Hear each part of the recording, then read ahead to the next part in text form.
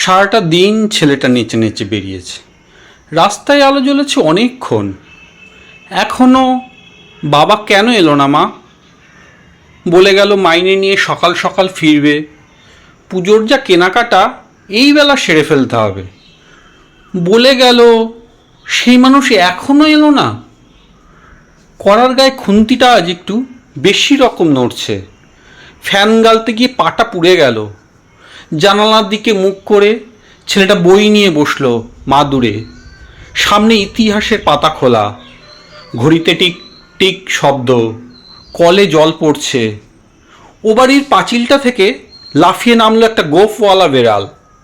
বাপের আদরে মাথা খাওয়া ছেলের মতো হিজিবিজি অক্ষরগুলো একগুয়ে অবাধ্য।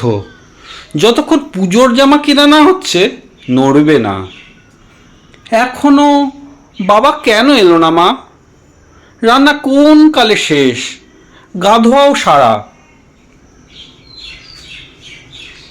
মা এখন বুনতে বসে কেবলই ঘর ভুল করছে।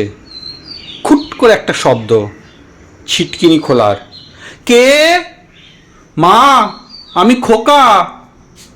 গলির দরজায় ছেলেটা দাঁড়িয়ে। এখনো রেডিওয় খবর বলছে। মানুষটা এখনো কেন এলো না? একটু এগিয়ে দেখবে বলে ছেলেটা রাস্তায় পা দিল।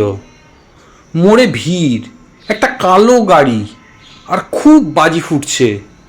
কিসের পুজো আজ? ছেলেটা দেখে আসতে গেল।